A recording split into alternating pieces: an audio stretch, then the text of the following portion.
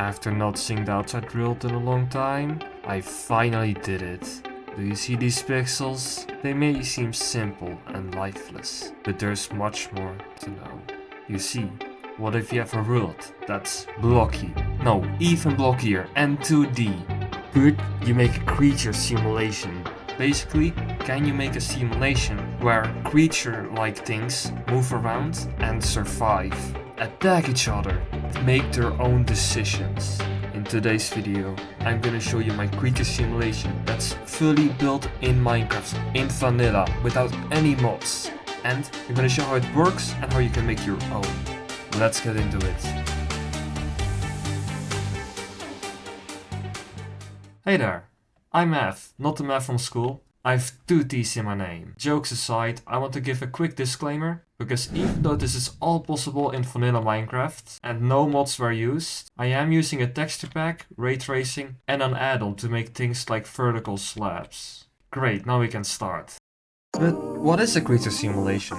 Well, imagine this boring world, but we decided that food is going to randomly spawn like this. Because of all the food, if we now summon a prey, like this, it will eat the food, and every time it eats one food, it summons another prey. So, slowly over time, the preys are gonna eat more and more food. So, now we have a nice world that's full of happy creatures eating food. But this means that the population keeps increasing. In the blue line you can see that there are more and more prey creatures, while the food is getting lower and lower.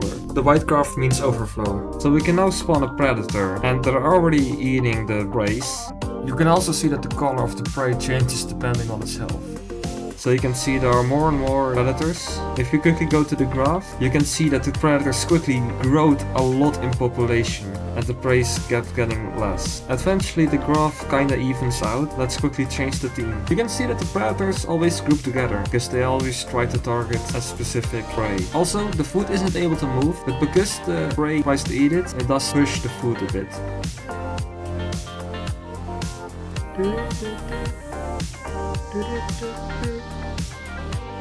Okay, I think it was quite nice. Let's see what other stuff we can do. So in the middle, by standing on the pressure plate, we'll get 3 carpets. And with the carpets, we can draw the creatures on the screen. So we can put a lot of food, for example, at a specific place. Or we might put a lot of predators. There's also the third screen option, so at least we have something else to look at now. In this case, the food is pink, the prey are magenta, and the predators are purple. But it's quite difficult to see what is actually happening.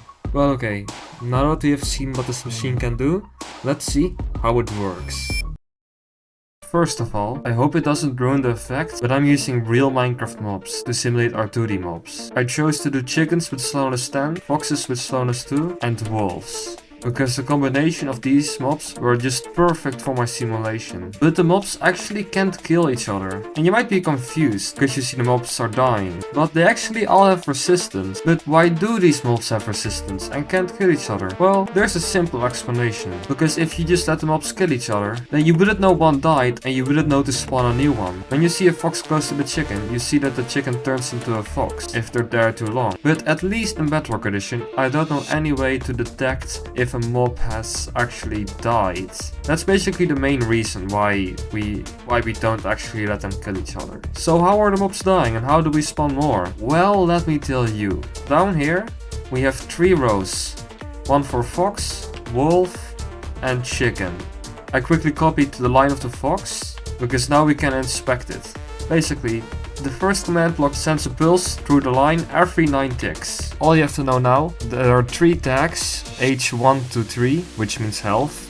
And every time one of the ticks gets sent, it will get a new H. So it will start with H3, next tick H2, next tick H1, and then after H1 it dies. But it only gets the new tag if it is in range of 1.6 blocks of the wolf. But if the wolf is too far away, then it won't get any more tags and actually will survive until the wolf/predator is too close again.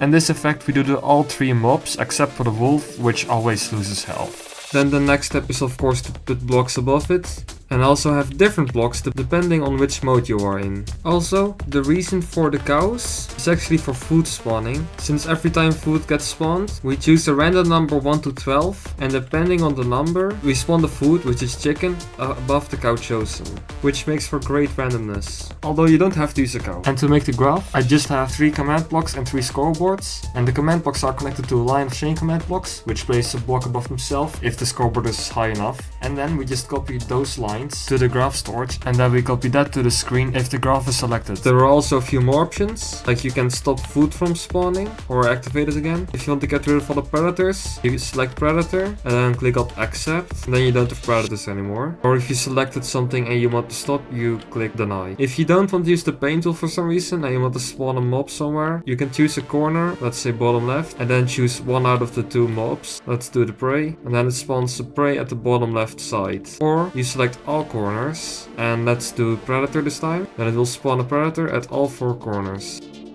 Bro had no chance. You can also change it to day and night or something else, and activate or deactivate the lights. My dream is to get 1,000 views on my first video on this channel, but you are only allowed to subscribe if you want to see another video.